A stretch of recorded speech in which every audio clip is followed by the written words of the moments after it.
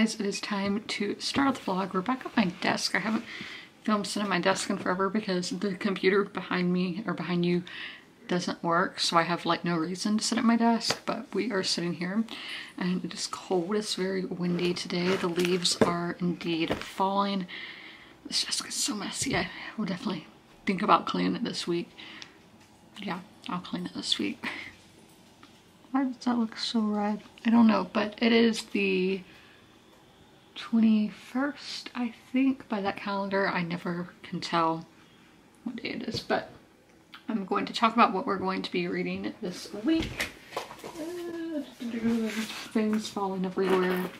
Okay, so the first thing that I am about to get into is my short story collection, and that is The Man Who Swam with Beavers, stories by Nancy Lord. So these are all stories that are based on Alaskan Native legends and doing it with a modern twist, and I am really enjoying that. And then during the 3 o'clock reading hour, maybe 6, I don't know, on Saturdays, I never know, we are going to begin into my mood reading pick, which is also a part of my Taylor Jenkins Reid buddy read that I do with nobody because people said they would do it with me and they never did.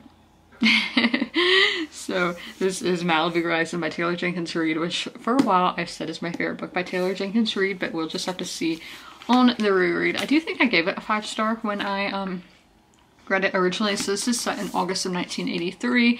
These, is it 4 siblings? Yeah, 4 siblings, 2 girls and 2 boys. So they are, their dad was a famous singer and the mom was just like a normal person. And so it's going into those themes of nepotism, but it's really, they throw a party every year, and like an end of summer party, and this book all takes place in one day following that party. And it's like all, you know, celebrities, famous people, that kind of thing. Well, I guess normal people are there too, but you know.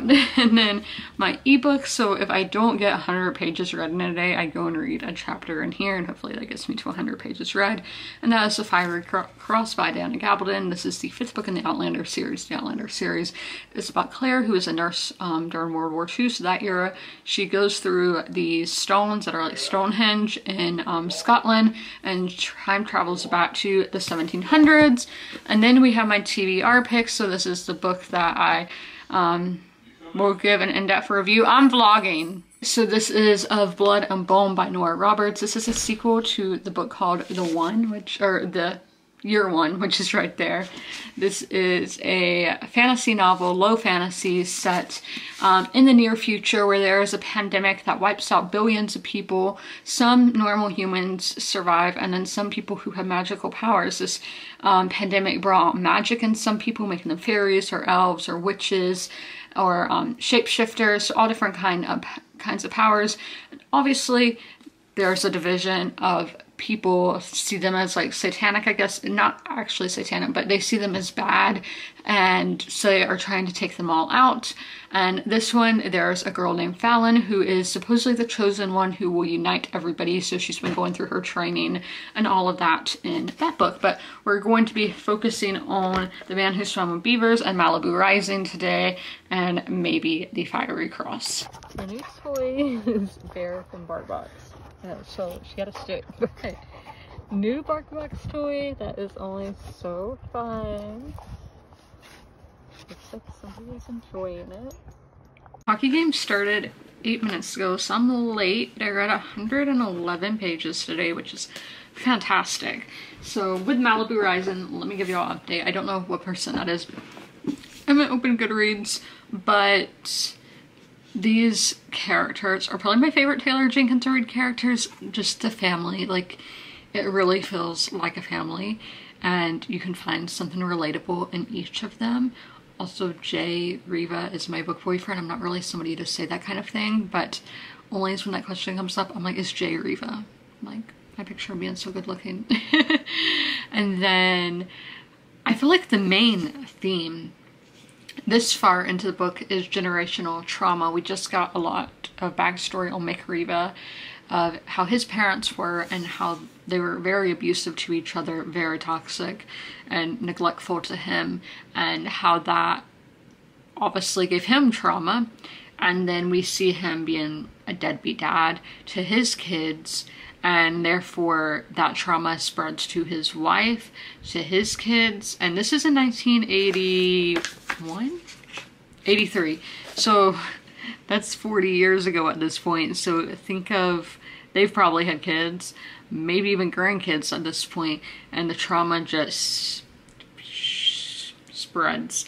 And to me, that is the biggest issue in America, because that leads to mental illness. Mental illness a lot of time leads to crime.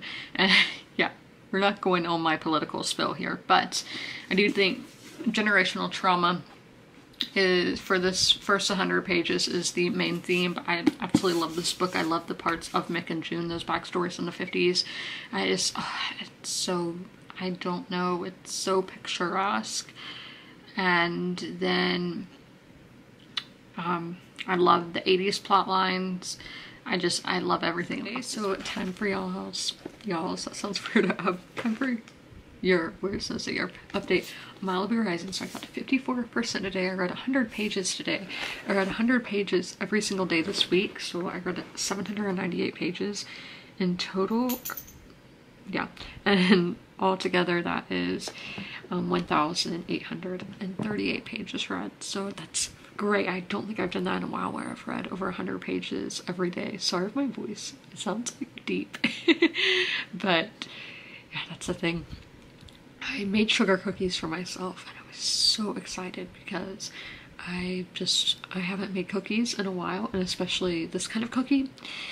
So I bite into it, and my cavities hurt so bad. I wanted to cry. It's been a really long time since I've been in pain like that, because I've had donuts, I've had ice cream, cupcakes, and have not had that pain. So it like really shocked me and knocked me down for a good 40 minutes. A little less than 40 minutes, we'll say like 35 to 30 minutes.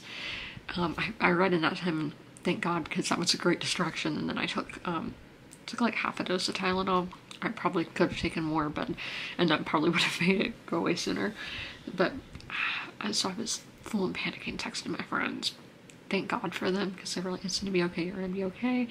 And I'm like, yeah, I'm gonna be fine. My appointment to get these fixed, it's this right. I don't want to touch it because that hurts, but that one right there.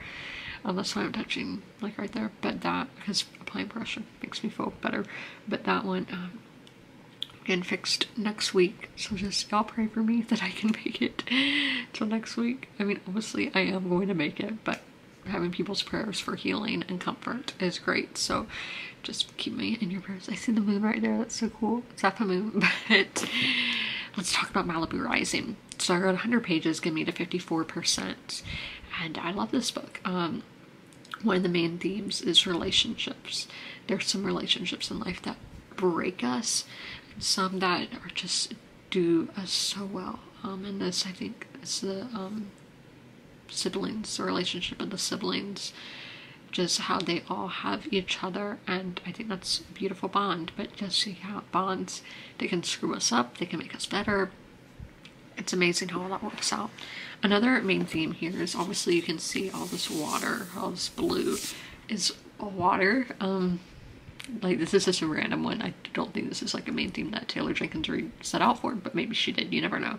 I saw that actually Stephen King, and it was one other author, talked about when they're writing these books, they don't go in with a set being like, okay, this is gonna be the theme of the story. It kind of just happens. So I never know if, but that's the beautiful thing about art, is everybody analyzes it differently or gets something different from it. But with the water, we see water bring people together. It brings these siblings together when they bond over surfing and just going to the beach and having fun. And also it takes something from them. I'm not gonna say it because it's kind of a spoiler. I don't know if it says in the description anywhere, but yeah, it's taken things from them. It's given them so much, because I mean, it's given them their wealth in a way, being professional surfers, and a model who is for a female surfing model.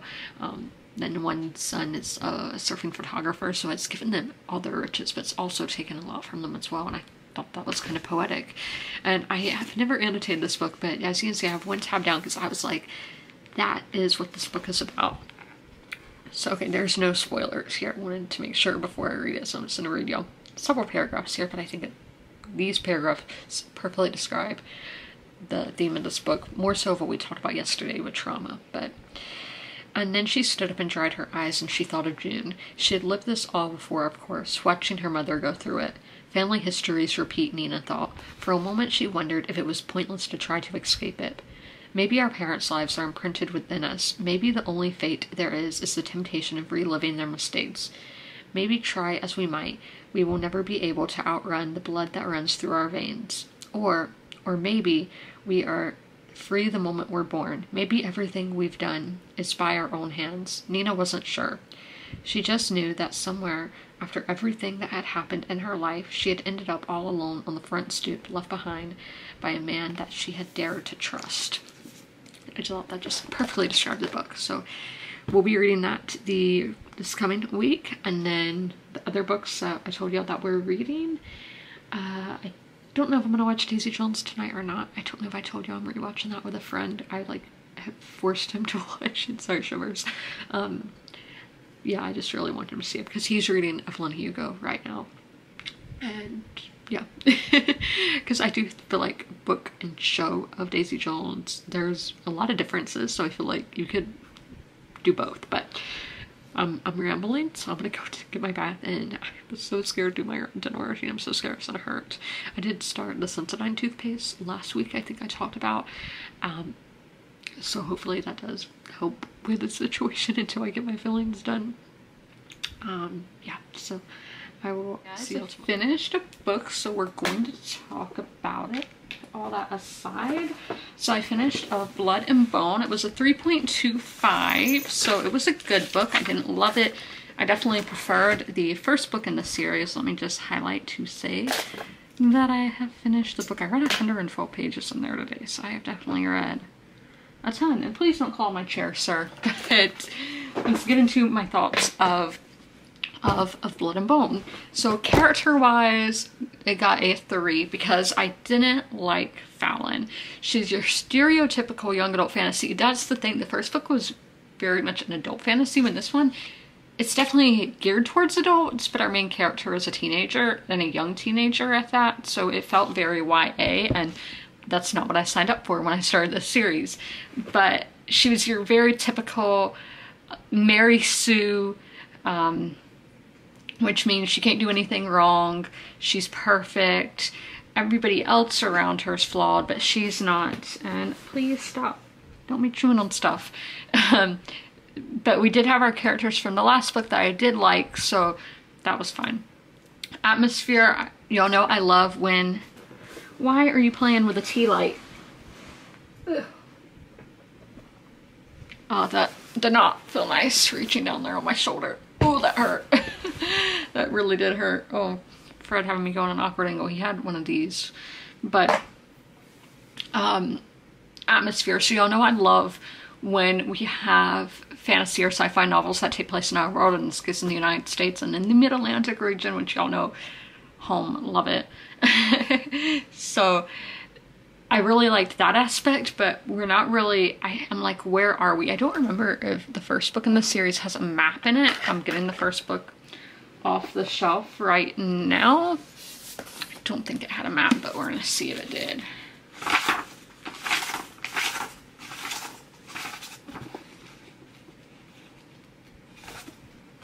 No, it's not a map. This is the first book right there. But so I was kind of confused where we were, and the passage of time was kind of difficult to follow. Look at that. That's from my last baseball game I went to. So I had a hard time following our timeline and all of that. I have no idea how old our character was by the end, because the epilogue was very weird. If it, like, because I don't know how old she is. In my head she's 15, but I'm like, it seems like there has been a lot of years going by that she might be older than that, but still, I just don't think a teenager would be doing what was happening in that scene. And then writing was a bit repetitive when we were going through her training with Malik, so it should have been diced down and not have been repeated so much. Like, she would have a dream sequence and then go tell somebody the whole dream that we had just read, so it did get repetitive. So definitely I do recommend the audiobook for this. And plot was very typical fantasy plot of the chosen one. She's going through training and she's building an army. Some people don't want to join the army, some do, and she's like, I'm a girl boss. So yes, it was a 3.25. I'm going to continue the series because there's only one more book in the series and I do want to know how it ends. But this one was not as good as the first book, Year One. Year One is basically your very typical dystopian, but I mean, the thing of where they get magical powers from this illness, I think is super fascinating because none of the other dystopian books I've read are like that. But this one was very young adult fantasy-esque, and that's not really my jam.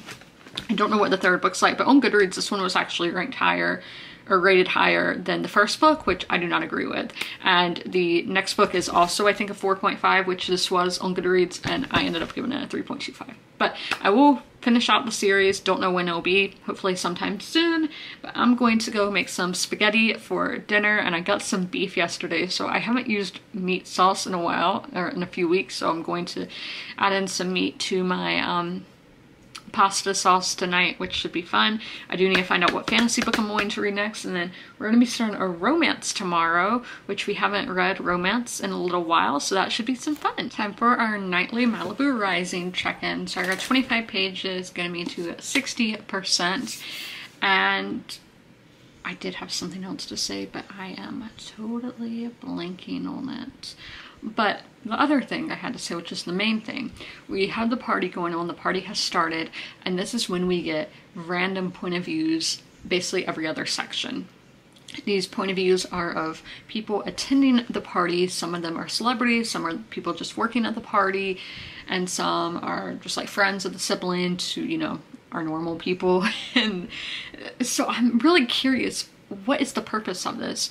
Why do we have this when the whole rest of the book, I've told y'all what I think the themes are. So with this, just throwing these random people, is it because we're all searching for something in life, that we're all searching for some kind of relationship? I'm not sure. Or maybe there is no rhyme or reason and Taylor Jenkins Reid just put all these random people in it so she could write books on them in the future, which I am completely a-okay with because I love books about fictional famous people.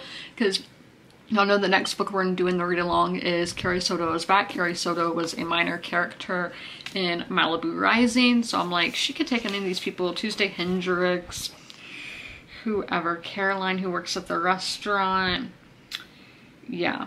Lots of random people that she could take and make books on, and I would be completely a-okay with it because, as I said, I love books about fictional famous people. Oh, and another thing, it said like she could see 3 Lakers at the party, and y'all know Winning Time is like my current favorite show, so I'm like, that was basically this, it was happening at the same time. This could have been on the show if this was real. But yeah, so that's another thing. In this, we do see real celebrities thrown in. Like, we just had Prince mentioned because 1999 was playing at the party. We saw the show Dallas mentioned, and as I said, the Lakers. So you have real celebrities playing a part in this. Now they they're not like featured characters that are a POV or anything, but they're still mentioned, and I think that's kind of cool. But yes. So I don't know, what's your theory of why we get these random people? And it reminds me of the movie Dazed and Confused, how all that movie just takes place in like one day and the end is a party. That's kind of like this, how this is all basically one day leading up to this party and then the party itself, and you see all the different people at a party. It reminds me of Dazed and Confused.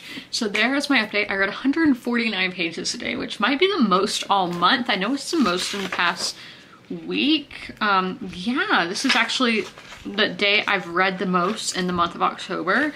Definitely feels like it, but I mean, I completed a book today. I'm excited about that, and I am going to go get a bath now. I'm super excited to do that because obviously I am freezing. It got really cold here today, which was only like in the 50s, but to me that is cold, so I cannot wait to get out. I'm vlogging for y'all because I watched the hockey game, which is actually a 7 o'clock game, but my reading got all out of whack because of that. We just have to get used to it being the hockey season and reading and all of that fun stuff.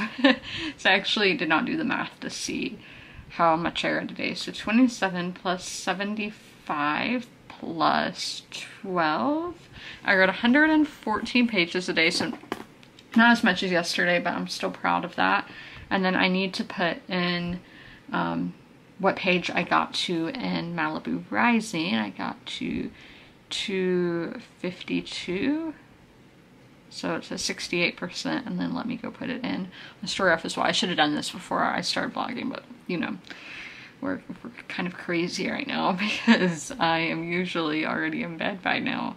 So okay, I did start a new book today, that being Boyfriend Material by Alexis Hall. This is our romance pick. No, I'm not a quarter of the way in yet, so I can't tell you my thoughts yet, but I am going to tell you what it's about. So we have our main character, Luke, I'm not sure how to pronounce it. It's like L-U-C, and they made a big deal and they were like, it's pronounced in the French way, and I'm like, well, I don't know how to say that name in the English way, so it's L-U-C. So I'm saying Luke, but it could be something else. But Luke's our main character.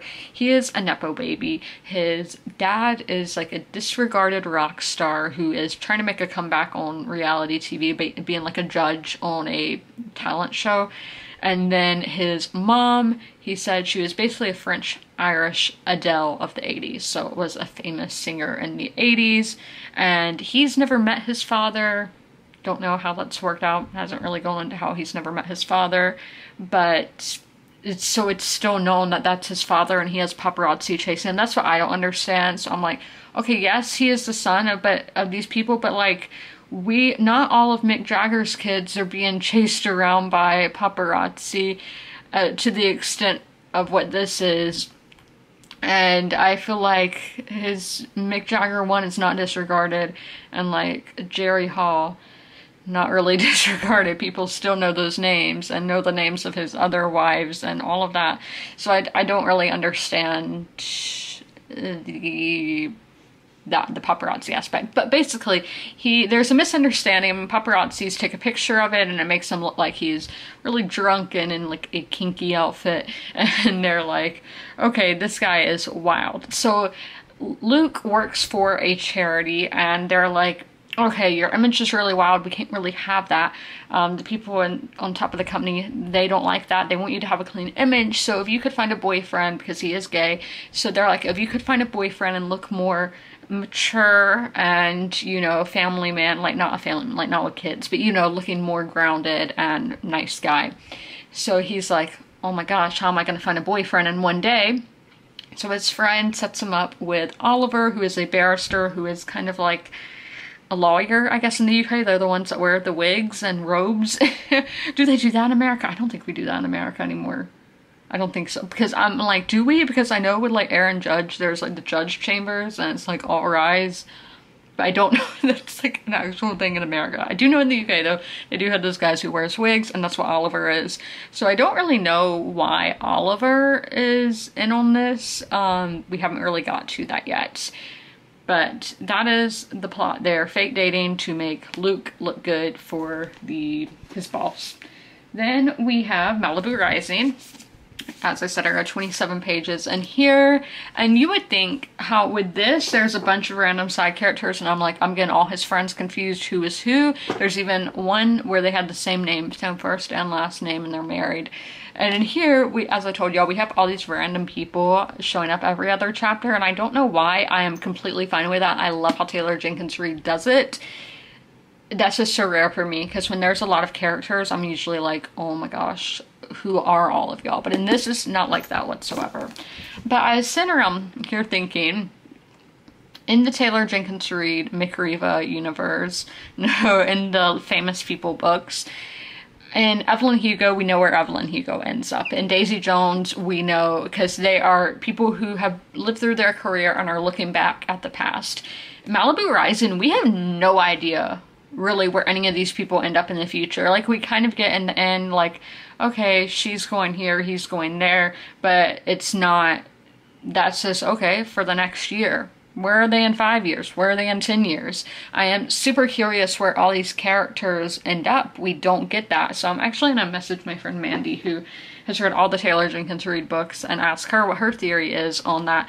She's read Carrie Soto and loves Carrie Soto, and I know everybody who I know has loved Carrie Soto, and I haven't gotten to that, which I do plan on. That obviously I'm going to read that in about 2 weeks. I think that will be sometime in November, but Carrie Soto is a character in this, so I don't know if any of these characters will be in Carrie Soto's book. I don't think they would. I mean, they make it like briefly mentioned, but I don't think it's going to be anything like the kind of answers that I'm wanting.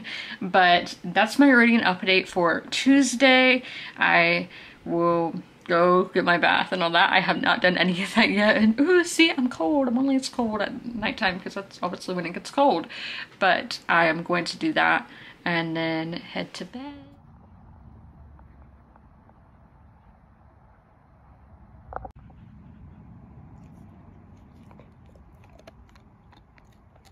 Okay guys, we have several things to cover here. So I did go to Target today and spent quite a bit because they had Christmas decorations and y'all know I had to go off with that.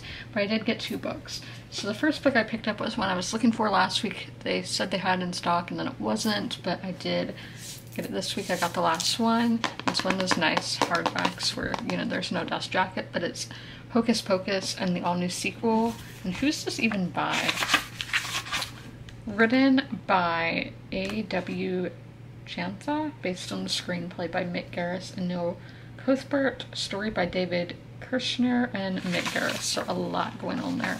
And it is over 500 pages, which I didn't expect. But I did love the movie Hocus Pocus, so I wanted to pick up the book.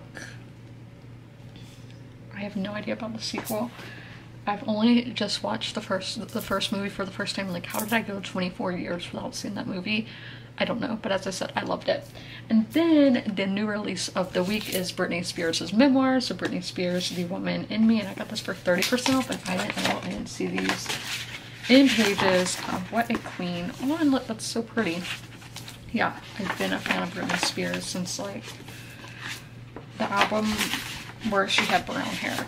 I don't remember, but Circus was like my song, and I was scared if I said who it was by, I would get in trouble. I wouldn't have, but I just thought Britney Spears was like really bad, and yeah, which is obviously how media portrayed her and all of that, but love her music. So then I read today, obviously, I read 93 pages in boyfriend material, so I can finally tell my thoughts because I am 40% of the way into this, which that is crazy because I feel like nothing has happened, but I've read 40% of the book. But we'll start with characters. So we have Luke, who we talked about, like I told y'all the synopsis. So Luke, he's really immature. Then we have Oliver, who's extremely mature, your English gentleman. This guy, Luke, he has nothing together. He kind of drives me crazy. I don't know how old these characters are. It has never said, but they are fake dating. But I'm like, Oliver, stay away from him. He's bad news. Stay away from him. You can do better. And then there's all the random side characters who I'm just like, who, what? Like all those questions about those people. I am honestly just so confused by all of them. And atmosphere, this is such a British book. I think the American audience would find some of the stuff offensive just because the British sense of humor is so much drier and darker than American humor. I just think Americans would get offended by this, which I am American, but you know, I was told I have a British sense of humor before, so however you want to take that. But we have those, then that was atmosphere. Writing. The writing started out fine. Yesterday, like the first 20%, it was fast paced and I was like, this is good, quick, fun, easy, but now it's starting to drag. And obviously with a romance that is 425 pages, you know it's going to be slow burn, and it is starting to feel really slow. It's getting to the part where I am skimming because it will just be tons of dialogue on a page with no prose, and I'm like, I can't do this. I hate that. And then plot, again, I will never understand the fake dating. And then we talked about the celebrity level of this yesterday, how I have no idea why the paparazzi even care about Luke. I don't know if this is a cultural thing, because I know people are like, Meghan Markle's like the British tabloids and paparazzi are just so hard on me. So I don't know if it's like that kind of thing. Like maybe they actually are, just is a whole nother level than American tabloids. I don't know, because honestly, if I was a famous person, I would just be like, screw it, and not care. At least I think I would be like that. But yeah, I'm like, his dad is a disregarded rock star is how they refer to him, and his mom was popular in the 80s but is like irrelevant now. So I'm like, why do the paparazzi care about their kid? Because nobody cares about them, so why do they care about the kid? And it's like the dad is making a comeback. He's on, like I told you, like a Britain's Got Talent kind of thing, but like if he's not even in the son's life, like they're like, they never, like it seemed like they had never met, and now I'm like, I'm not even sure. Why would the paparazzi care about him? I don't know. It's really confusing. So this is like a low 3-star for me right now. It could possibly go in the 2-star range. It could go lower, who knows? But for right now, those are my thoughts of this. And if I don't finish by Monday, I will, you know, the DNF. End of the night update time. So I got to page 275 in Malibu Rising, which is 75% according to Storygraph, 74% according to Goodreads. So take that as you will. But I really like Carrie Soto. She's a beast. She's competitive. I mean, you have to be being a pro athlete. But yeah, she just seems like a bad woman, and she's for sure a fire sign. So cannot wait to read Carrie Soto is Back. That should be in about 2 weeks, because we're gonna read Malibu Rising. We're going to read another book and then read Carrie Soto is Back. So, and then we'll finish our Taylor Jenkins Reid buddy read and have to find another author to go to. I'm looking up here, maybe Christian Hannah? Maybe? I don't know yet. I don't know what we're gonna do, but we will do this again, hopefully, because I've enjoyed doing this, rereading books, rereading favorite books for that matter, and reading an author in chronological order. But new thoughts for the night. So yes, the Carrie Soto, I liked her a lot. And this one's kind of spoilery, so skip ahead to the next timestamp if you don't want to hear the minor, like very minor. I'm not going to say what characters it involves, but here we go. That in every Taylor Jenkins Reid book, literally every single one, I'm not exaggerating, there's an unexpected pregnancy, or somebody thinks they're pregnant and they're like not actually pregnant, but they're worried that they might be. This happens in every single one of her books. Every single one. Why? I do not know. Like, I don't know. I don't know why that happens, but in every single one, I'm like, does she realize that it happens in every single one of her books? I feel like you would realize that as a writer, but maybe she doesn't. But I'm like, it's happened in every single one of your books.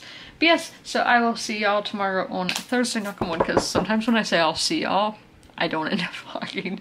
So hopefully, I will see y'all tomorrow, and I don't think we'll finish any of these books tomorrow. I'm looking down at my list of books. I don't think so. So it looks like we're only gonna have finished one book in this vlog, but one is better than none. Hi.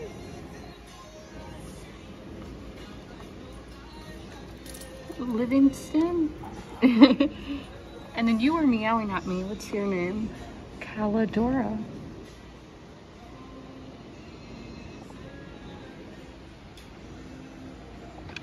Oh, 2 legs. Hi.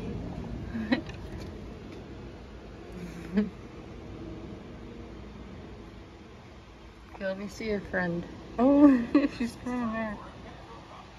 The lighting is definitely weird, just because of where the sun is. I can't help it. I could definitely go film in another room, but you would hear the TV, and we know the TV is super loud. Yeah, actually what they're talking about is the shooting that happened last night in Maine. I was up till 2 a.m. because I mean, it's just kind of unheard of for the shooter to go like missing, like be on the run. So it was just crazy. And yeah, so that's what is on the TV in there. I'm freezing. It's warm outside. It's in the 80s. We're in a bit of a heat wave. I'm not giving you french fries. You're not getting french fries. Penny is over there begging. But I went to Petco because I had to buy stuff for her. And the cats, they were so sweet. They were the sweetest little cats. Calidora, she had a little snaggle tooth. And as somebody who, you know, is insecure about my teeth, have had rude comments about my teeth, she just stood out to me. And then Livingston, he was a little tabby cat. So sweet. They were both so sweet. I wish I could adopt them. I honestly would have so many cats if I lived by myself. I would have tons of cats. Yeah, crazy cat lady. But I did get to over 75% in The Man Who Swam with Beavers. So I want to tell you about the story that I read today. I did not put down my rating of it, which I needed to do, and I don't have a pencil over here. Which this pen. Okay, yeah, this pen works. So it's a 4. Oh, it's a 4-star. Really liked it. It was Candace Count's coup, like throwing a coup. You know, I guess that's that word. Only I've had a hard time with that word. So I really liked that one for the character work. Obviously, Candace was not a likable person, but she was a character, doesn't care what people think.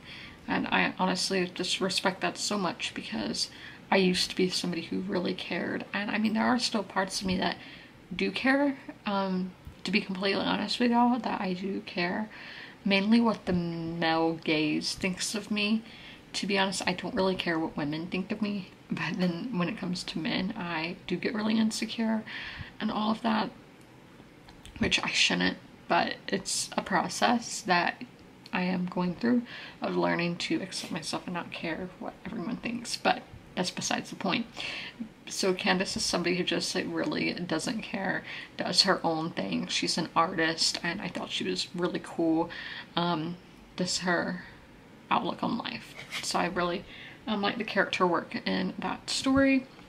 This is not going to be a 5-star story collection. I just know when it's a 5-star, and this one it's not going to be, but I mean it could be a high 3 or a 4. What I'm going to do is I have put what I rated each story next to it, and then I am going to average all of that and see what I end up getting. So I think it's going to probably be a high 3 most likely, which of course would be rounded up to a 4-star. So I should finish this. Okay, so Friday, Saturday, I don't read on Sunday, so Monday. I don't know if I'm gonna read Tuesday or not. Tuesday is gonna be confusing. So we can say Wednesday, Thursday. So I'll finish this in next week's vlog. And ooh, I have pins because this top wouldn't cover everything. So it's awkwardly pinned and they're kind of stabbing me. So I'm probably gonna take those off because I am not in public anymore. It does not matter what people see because I'm gonna be home wrapped up in a blanket over there. But yes, so I'm gonna read at 5:30 because I do have a hockey game tonight at 7. So kind of an early game, which is kind of annoying. All the home games have been early this year because the one I went to and then this one's the next home game have all been 7 o'clock games, so I don't know why that is, why they've been doing early games, but we will watch that. So I have to start reading early. If it was a 7:30 start, that'd be perfect because that's when I finish reading anyway, but they don't want to do that for me, and that's okay because I am not the NHL. I am not the owner of the team, whatever, who decides the schedule or the arena, but I will check in with y'all later today. Bad lighting. But when is there ever good lighting?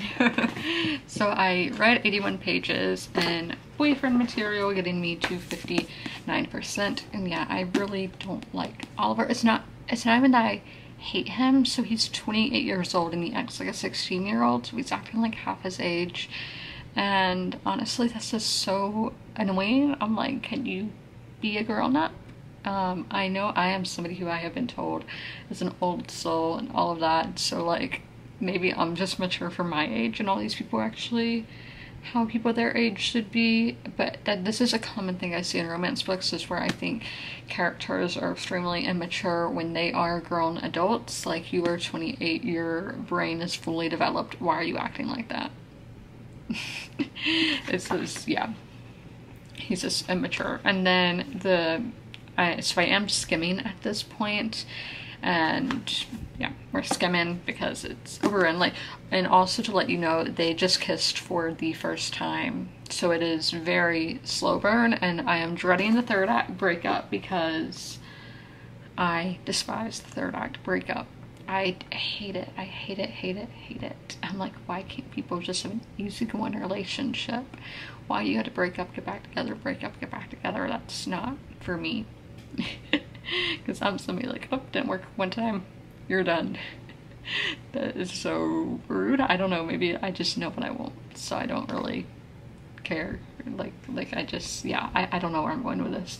But I have the hockey game to watch in about 10 minutes here. Sorry, my headphones were falling. So I'm going to watch that. It's against Seattle, so a team that I don't have any strong opinion towards. I do own merch because I love Seattle, the city of Seattle. And own merch for every single one of their pro teams except is it the Storm, which I really like Sue Bird, so I should own merch for them. But yes, so playing the Kraken. Who did it? Fred, of course. He's like, come on, come on. So yeah, I'm gonna eat leftover pizza from last night while I watch the game. I read 122 pages today, with 25 of those pages being in here in Malibu Rising. So let's talk about my new thoughts of the day. So I would recommend, if you were picking up Malibu Rising, to not do what I am doing right now, which is reading 25 pages a day. I would read as much as you can in a day. Just read it like any other normal book, like I do with my TBR picks, because I am starting to get confused by the random side characters that just have like one little section. I'm like, which actress is this? I'm getting the actresses confused, and probably I would be getting the male characters who are like movie producers and all that confused too if they were mentioned more. But for like the actresses and like, you know, basic common names, I am getting those confused. I'm like, who are you? I don't remember, because I know there's one that's named like Tuesday, and then there's this Bridger Miller, and I'm like, Bridger Miller, are you? Because it said she was in the action movie, but I thought the Tuesday girl was in the action movie. I don't know, I'm kind of confused. But those aren't as important to the plot. The Riva siblings are the main ones you want to be focused on, but still, if, you know, I don't like being confused, but it's not taken really anything away from me since this is a reread. And as I said, if I was reading this like I would read a typical book that I'm reviewing, giving it more time than just 30 minutes a day, then yeah, I wouldn't have this problem. I would have, because I would be spending more time with these characters, spending more time with the book. So I would know them better, but from reading 25 pages a day, that's not how you should do it. But I'm going to be ending the vlog here. I hope you guys had a good week. If you made it through the whole video, leave like a fall leaf emoji in the comments down below. And as always, comment, rate, and subscribe. And don't forget to ring that notification bell to be notified when all my videos go live. I'll see you in the next one. Bye!